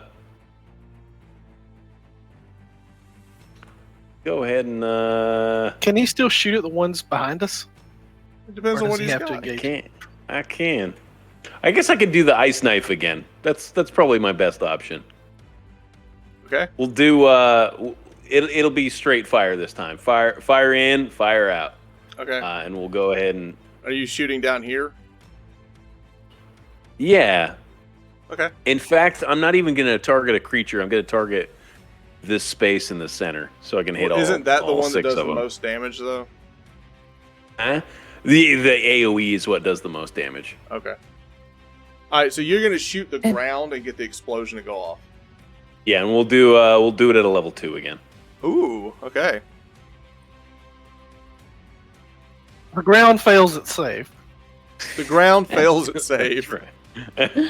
All right. The ground takes an extra 5 piercing damage. All right, so I've got to make deck saves for all of these. Yeah, DC 13. All right, I've got 1, 2. I've got 2 fails, 3 passes, and then the other guy. I've got 4 passes, so 2 of them failed. All right, they each take what was it again? 13 fire damage. All right, what we're going to do is we're going to say these 2 explode. All right, so 2 of them are down, and 4 of them are still going. There's the explosion of fire. You see it kind of like it cascades all over all of them. 2 of them that were already damaged from the previous assault, they succumb to the fire itself, and you see them just kind of fall to the ground. You see in the distance, you see the fire still sparkling on the bone and the rotted flesh as they are off in the distance. Anything for your move action, or are you going to stay where you're at? He's gonna stay right there. Gotcha. All right. And with that, we're going to go to the top of the round to Estelle. Now, I lost track of which one had hex. It was this one here. Is that one that disappeared right there? The one that has hex is the one that is attacking Darundal. It's this one. I should have put a marker on it. There. It's the one with the red dot. Okay. Do a tactical roll and come up shooting. Then I will step to the side here, and Okay. I will crossbow Okay. this Take your one shot. here. I'm shooting real hot. That's a 7. Me and you That's both. a 7. You've done the tactical roll. You should have done the time. Okay, so you take a shot. You're so careful and trying not to hit Darundal that you take Do the I shot. get advantage since it's flanked? Well, yes, I'll give you advantages. Come on, something better. Because the 7 is a hard miss. The 12? It's a 12. The 12 hits. Yay! So then that's 4 damage plus an extra d6. For So the you're hex. telling me I have to roll a 6. So that's 8 damage. All right, to that you take skelly. the shot. It actually severs the neck of the skeleton. The head falls off the back as the entire thing shambles. Like it just kind of falls to the ground. Awesome. Anything Um, else? Oh, do you want to move your hex? I was going to say, can I bonus action? Can I sense where the hag is at all? No. The hex can't just float around to wait for her, can it? Can You I gotta ready? put it on a target. You know, isn't it as a bonus action you can put it on somebody? I don't think you need to move it directly to something. I think you can wait. I'll say that. 'Cause I'll that's- say you can wait. Can I The ready magic my- is lingering in the air. Can I ready for when she reappears? Yes, you may. Perfect. I will let you ready your bonus action to move the hex. That'd be great. That's totally what we'll do. Okay. Nice. Because now, she is going to reappear because no, it's not. It's not her turn. It's the mini skeletons. The first skeleton here is going to stab at Baka. He will get advantage. Hey, An 18. rolling with advantage. Roll credits. 18 will hit. 18 will hit. He will stabby you with his short sword, and you will take 6 points of slashing damage. Ow! His friend will follow suit and attack you as well. That attack is a 15. It will 15 will bounce not hit. off the side of your shell. He cannot Right. get through your shell defense. It pays to be a turtle. That's right. These other 4 are going to run up and pursue Xiv, Bring it on. and all 4 of them will attack with advantage. So this will be the first 4 rolls. I think 2 of these will hit. The 2 that didn't will re-roll. They will miss. So I've got 2 hits on you. So we're going to do 2d6 plus a total of 4. So 10 total points of slashing damage, and you are raging, so you take 5 points of slashing damage as they run up and they keep stabbing at the giant monster. It's a good thing they hit me because I'm not sure I can keep my rage going. Then it works out that way, huh? All right. With that, Ziv, it is your turn. You are in a target-rich environment. Well, I want to get out of the way of any of Baka's AoE, so I'm going to go here. The bonus action. Okay, so you teleport to the other side of Baka. It just zip zip Okay. and smash. Actually, the one that's directly in front of him. Okay. He's already missing Trying to part of his protect him. body, so he's also damaged. Oh, he's damaged. Yeah. Both of the ones in front of you are damaged. Okay, I'll hit the one directly in front of him. Okay. Advantage. Yep.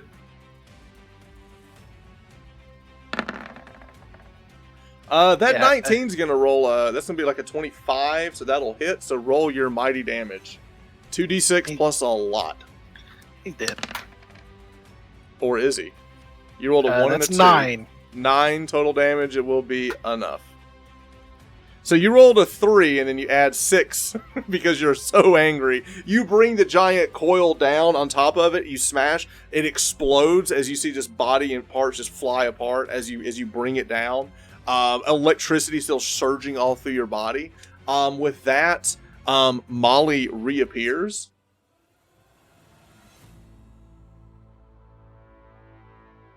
She came in like a wrecking ball. Where'd that girl?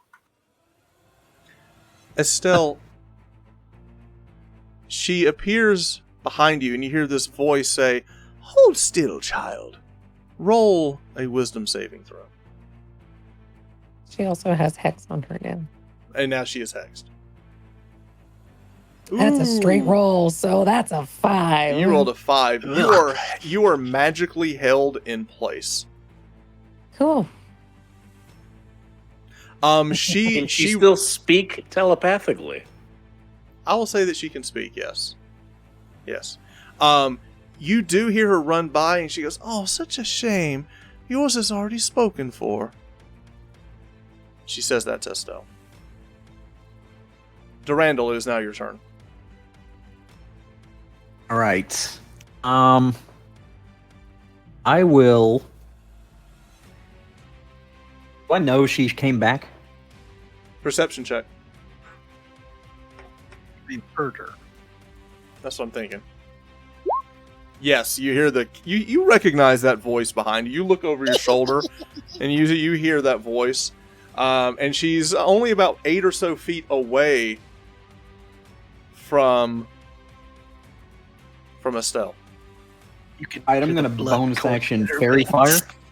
Ooh, yeah. So as a bonus action, you cast Vampire Fire. Fire. Vampire Fire. Vampire, and you cast on her now. Does she have to make a save for that? I believe so. It is a. I believe it's Dex. Let me look. I think we Yeah, should Dex flavor saving that. throw. 13. The name of that should be Scent of Blood.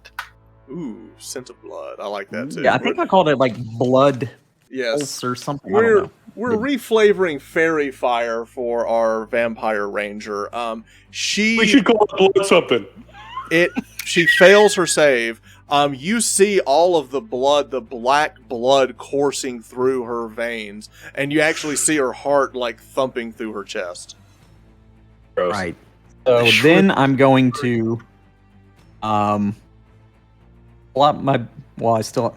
Yeah. Can I pull out my bow? You can just throw your swords to the ground and then pull out the bow quickly. Okay. All right, and then I'll tell her. Let's see you go invisible again. She can't with Fairy Fire. That's right. This is going to be with advantage.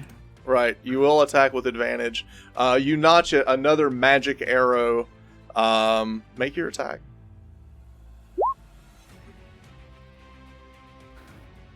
All right, so the 22 will hit, which is 16 plus 6 is 22. Your arrow damage is 10, plus another 1 for being magical, so it's 11. Also roll for your spectral bats that you now swarm towards your arrow, and another 1. So take 12 more points of damage. The second arrow you get into, you've got basically 1 in each shoulder. There's a little bit of light illuminating from the arrows as she kind of reels back, and she's like screaming in terror as she is now illuminating from your magic, and also with the 2 arrows sticking out of her chest. I climb up this tree here. This tree, you absolutely Some may. here. Yeah. Yeah. So go up. you take the shot and you run straight up like Legolas. You run straight up the tree with just your feet is all you need to climb up the side of the tree. And now you're in the tree itself. Prevent. All right. And with that, Baka, it is your turn. We're gonna channel Mind Sliver into a Thunder Wave and do a Psychic Wave on these cats. Psychic Wave? Psychic Wave. That's right. It's a DC 13 con save. Amazingly enough, you can do psychic damage to undead. Or these, at least. All right, so what's my save? It saves a 13 con. 13 con. Okay. Here we go. Here's my saves. I've got 1, 2, 3. I've got 4 passes and 1 fail. Oh boy. Because Trevor's Did this- rolling hot. Did this really roll? Oh, it rolled some trash damage for me. It's gonna be 4. The person in front, the closest person, the one in front of Xiv, is the one that takes the damage. And does that it's also 2 push him damage. back? Yeah, it'll push him back at 10 feet. And Okay. then on a failed save, they'll take 2 damage. Okay. All right. So he pushes back. The others resist it. It is now. Do you have a bonus action or move action you would like to take? So you cast that spell. No, he's still staring at his book like that. Wasn't nearly as effective as I thought that was going to be. And he's looking through the book for other ideas. He's just standing right there. All right, Estelle, it is your turn. You are held in place. At the end of your turn, you may try to break the magic. Okay. 1d24. Roll a d20. See if you get out. This is a wisdom saving throw. Yeah, and my modifier is 0, so. A mighty 4. I'm stacked. You continue to be held. And with that, all of the undead soldiers are going to rush up. 3 of them will jump on Xiv. The other 2 will come over here and start attacking Baka. The 3 that are on Xiv, we're going to roll the first 3 attacks. These will all be with advantage. I've got 16 hits you, correct? Mm-hmm. So 2 of them hit you. The one that doesn't will re-roll because he has advantage. That's a natural 20. So I will roll 4d6 plus 6. So it is 19. We'll call it 18 damage to take 9 total slashing damage from these guys. They keep stabbing at you. Now, the other guys here we'll do 2 and 2. So the first 2 attacks miss the turtle, and they have advantage. They also miss. So as you're holding the book, these undead come up, start swinging swords. You're still looking at the book, and you're just kind of like dodging and ducking out of the way as you're still looking at the book. So focused on what the problem was with that spell that you just naturally evade the attacks. Next to you, Xiv, on the other hand, is just getting stabbed repeatedly, and he's like, "Arr!" But the good thing is, Xiv, you are still raging because you have taken all the damage. Now it is Ziv's turn to return fire. So all these things have advantage against me anyway, right? Correct. Because they're all swarming you. Still reckless. Yeah, I'm gonna reckless attack. You're so This reckless. I gotta change it. The one in front of you? No, the one in front of Baka. Okay. Alright. 17's gonna hit. So 17 plus 6, I believe, is gonna be 23. You do hit, so roll all your damage. 14. 14 total damage. That will crush it. Alright, so you bring it down and just explode as the giant maul comes down. Is there anything you want to do with your bonus action? Can I drink that pot that I got? You absolutely may. Alright. I don't know what it was. What kind of... It's 2d4 plus 2 healing. So as soon as you do that, you reach in your pocket, you slug it down really quick. You're going to heal for 9 points of damage as you heal up from the potion. You quaff a quick potion, and we move over to Molly. It's Molly's turn.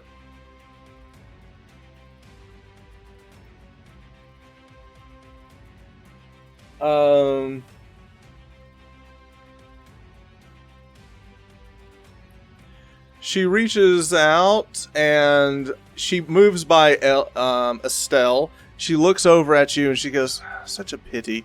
She looks up and sees Darundal in the tree. She reaches out her hand as these 5 black darts come stinking out of her hand, and she just throws them in the air. All 5 of them shoot out like this and pinpoint onto you. All 5 of them hit.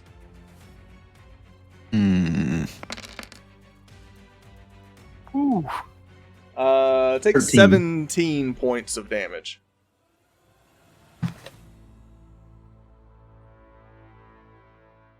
And she then is going to duck behind Estelle, using her as cover from you. And with that, it is Durandal's turn. She is using All right. Estelle as cover. Yes. Free me up, Danny. What's that? I said free me up. Yeah. Right. I will. Oof. God, this is not optimal. Okay. Yeah, I'm gonna have to Really need some heals. Okay, I'm going to up here and let me see if I can. Now do you've this. dropped your swords back. You still all you've got right Yeah. now is your bow. Okay. Yeah. He dropped him here though, so he could drive Uh-huh. by if he needed to get over here. Yeah. What's it gonna be? All right, I'm going to pick them up. Where were they? Right here. Yeah. Yeah, you need to get next to, yeah. to Baka. Okay. Yeah. And I'll Nice, swing you- on this one. You run by, you slide, you pick up both of your swords, and you move to attack the one that's in front of Baka. Make your first attack with your blade. Does he have advantage since Baka's next to it as well? Yes, he does. Okay.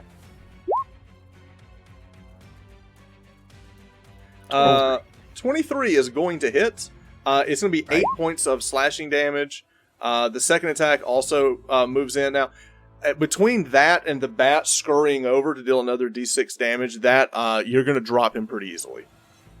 So you run, you slide, you grab your blades, you slice the first blade under one of its legs, you bring it to the ground, you swing the sword over, you stab the chest of the other, and as you pull them out, the bats go and just rip the rest of it apart.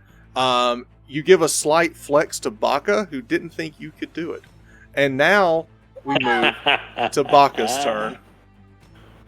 Well, I think I know that one too. And turns the page, and he's going to stick his hands straight up and cast a magic missile, and the darts will go up, transform into fire, and they're going to zing back at the hag. Ooh! And, hit her 3 times. Yes, you are. Return fire. So Molly, thinking she's safe behind her target, cannot evade the magic missiles.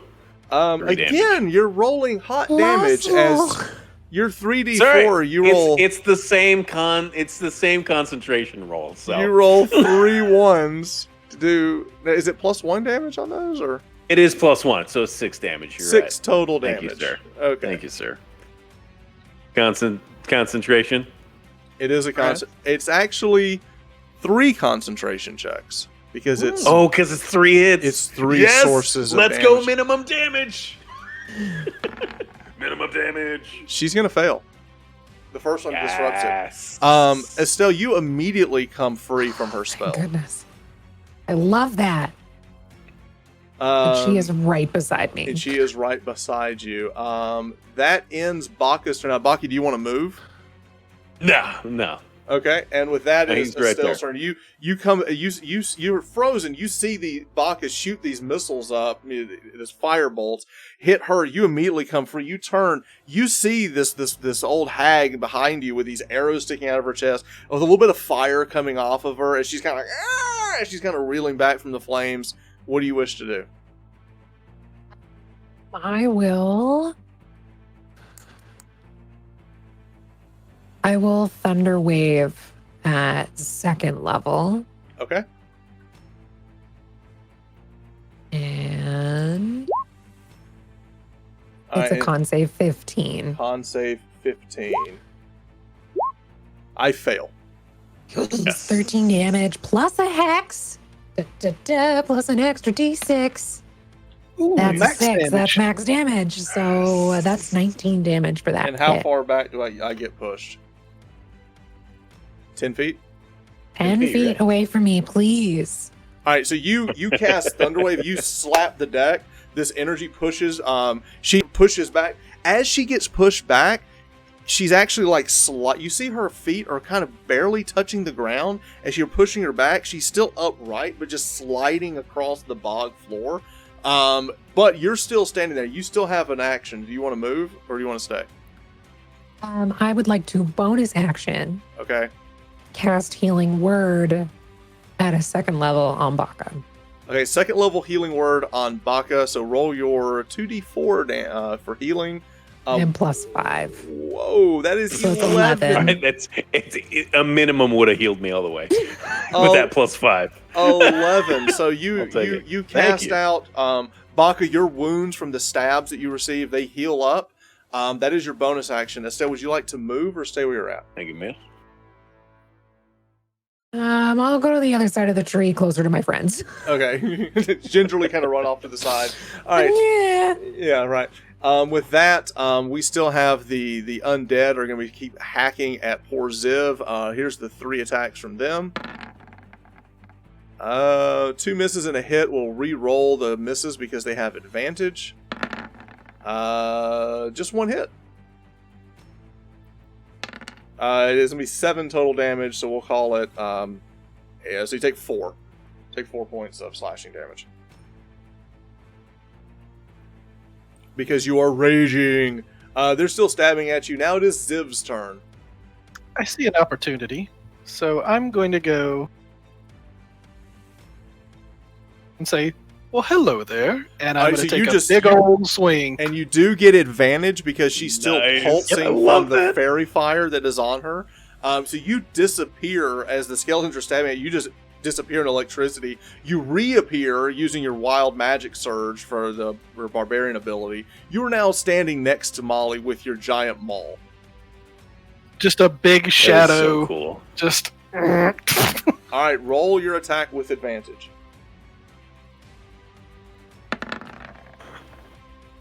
Uh, 14. It's a 7. Will a 14 hit? As you appear, you bring it down. She quickly shifts out of the way, and you just bring the weight of that maul down directly next to her. And she's kind of looking over at you now. I'm gonna smile at her. Oh, she smiles right back. And with that, it is Darundal's turn.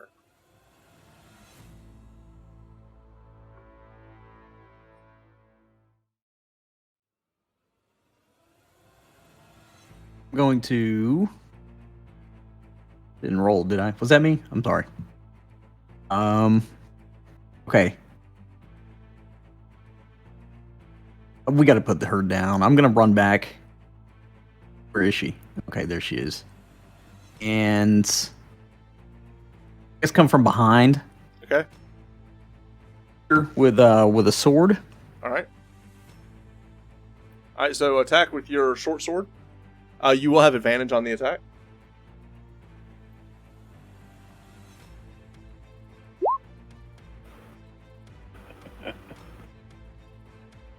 The 15 will hit.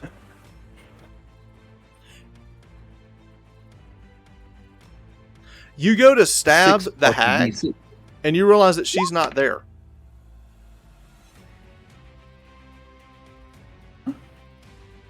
Give me a perception check.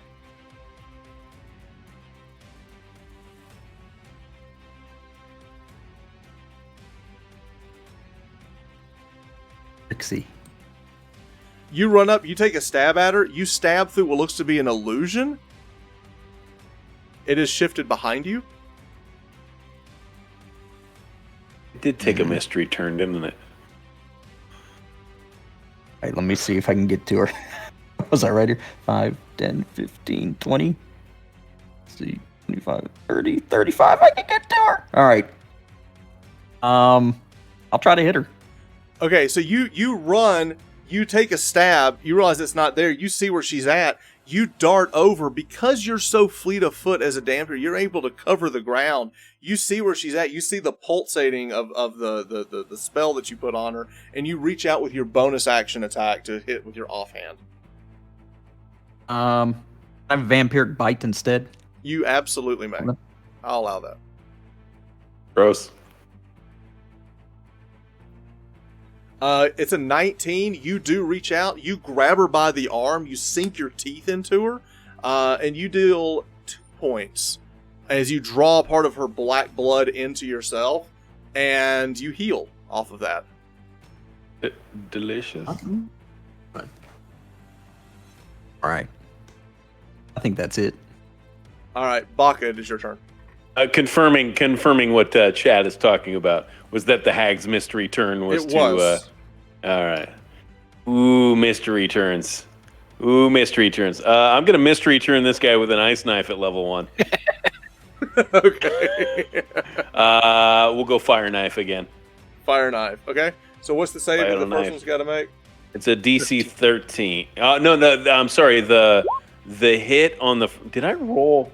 I rolled a 1 on the to hit for the first one, so that's a miss. Okay. But it's a DC 13 dex save for all 3 of them. I'm gonna roll it For here. the So fire one of them damage. failed, one of them passed, so 2 of them failed.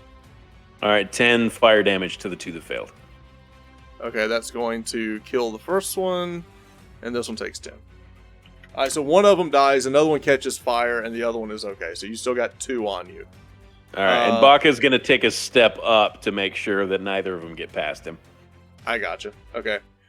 With that, it is Esteel's turn. Yay. I would like to pull up my crossbow Okay. and I'll help Baka take down that one. Okay. Crossbow. That's an 8. I'm rolling real hot. You will they get have- advantage. You will get advantage on the attack. Okay. Plus, they have ribs, so arrows kind of go. It's fair. 21 is much better. That'll hit. All right, so because you have advantage, you roll to attack. You do hit for 6 points of damage, which is enough to bring that one down.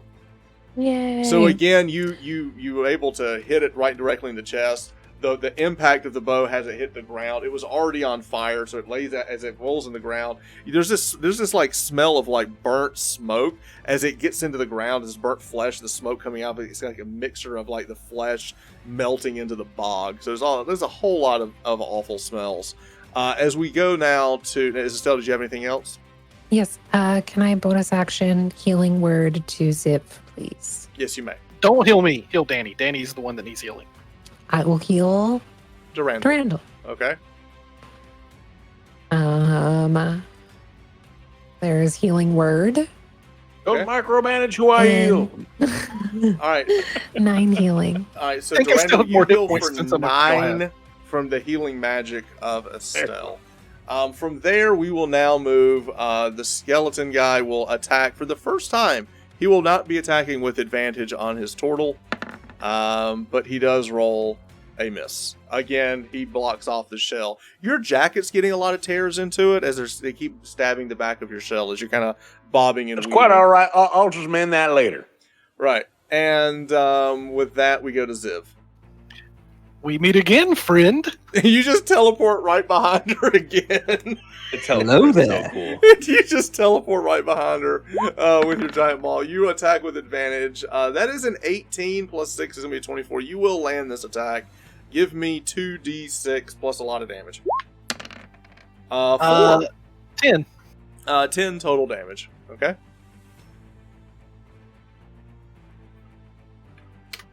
All right. You hit her. As you hit her, you feel like you hit her much harder than you normally would.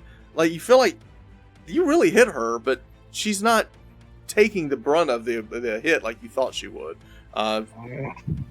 With that,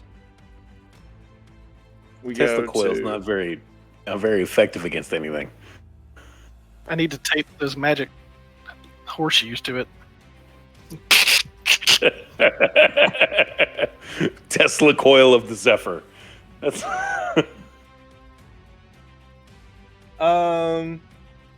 It makes me angry. She is going to. She's going to reach over and attack Durandal. She's going to reach out and try to touch Durandal.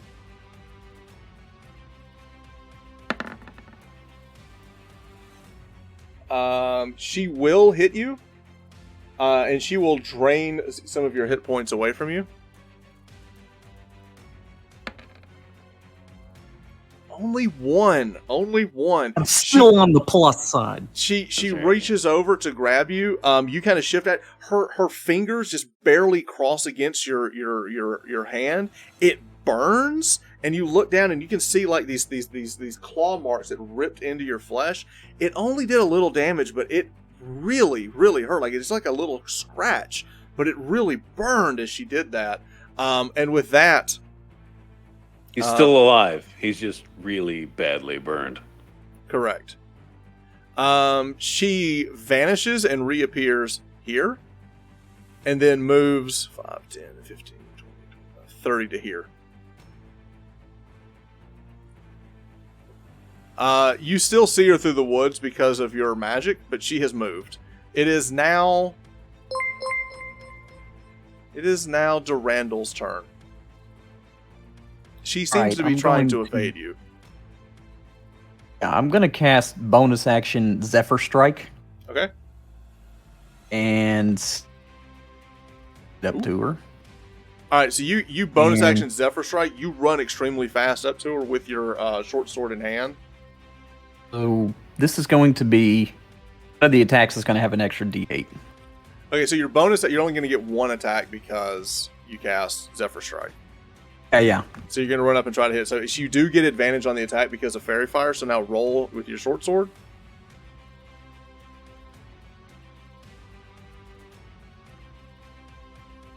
What do we got? You roll a 18 plus 4 is 22. Your blade will do 4 points of damage. Now roll your Zephyr Strike damage and also your Bat damage. So Zephyr Strike's another 4. That's going to be 8 points of damage. And then Bat for another 6, which is 14 points of damage. As you run and you slide and you're like basically tearing across this bog, you slide up, you grab your blade, you shove it into her chest. As you do that, the bats go and you see them rip across her throat and pull out part of her throat as this black blood just starts pouring out of her neck, and her entire body goes limp as you bring her down. Nice. Yeah. You have Don't killed drink that. the hag. Yes. As soon as she drops, the necromantic magic that was keeping the skeleton up behind you, it drops as well. So Baka, you look and you just see this thing as it was about to stab you just kind of fall back over and shatter to the ground.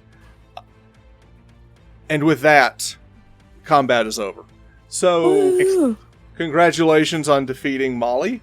As we move over now, Estelle, what are you going to do? Can I sense where the souls are?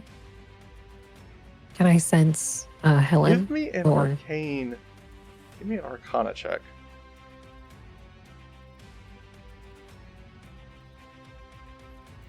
There's a lot of so hot. There's a lot of magic emanating in the air, but you do sense that they're close. Okay, but I can't sense a direction or anything. No. You just there's something in the air. With that, Ziv, what are you doing? I'm still raging right now, so I'm just gonna pop over here and go. Good job. you just teleport as your last thing of raging. You just pop back up with your giant coil ready to smash, and you look down and go, "Good job." Is there anything you want to do other than just teleport over? Grab her body and drag it back up onto the ground out of the swamp. Throw it over here. You grab the body. As you grab the body and pull it up, you notice two things. You see this black stone come out of one of her hands. You also see that there's some type of strange pouch that seems to be. You sense this magical. Something is emanating from this black pouch. So there's a black stone and a black pouch. I come over to Baka and be like, "I found this." Listen, I'll take a look. It's not usually a good idea to go riffling through a hag's things, but I'll investigate a little bit there. I will investigate a little bit there. Okay. Can I give him guidance to help? Okay. You investigate the stone. It is some type of. It seems to be like some type of arcane focus, but it's something very odd. This is something that typical that magic users use to kind of harness their magic. But there's something about this that just seems very dark and ominous. But you feel that this was how she was channeling some of her hex magic. The bag itself, as you look around it, you can't tell if it's magical or if what's inside is magical. You very carefully open it to look inside. As soon as you do that, you feel this wind kind of kick back across your face, but you don't see anything. Estelle, on the other hand, as he do that, you see 5 different spectral bodies leave the bag and disappear into the realm. But you see them just like they were trapped inside this bag. Oh, that's sad. I would relay A that. soul That bag he of let the holding. souls go. Well, that's a good thing, I suppose, but that's pretty sad that they were trapped here in the first place. I'll hand the bag off of, kind of like pinch the end and hand it off of to Estelle. He's better at dealing with that whole mess. Okay. Could I ask Darundal to do like a medicine check or something on the stone? I can. Can try. Or I guess somebody can try to identify it as well. I'll do it from a medicine. That's a nat 20. You know this is a very odd. It's called star metal. It fell from the sky. It's not originating from here.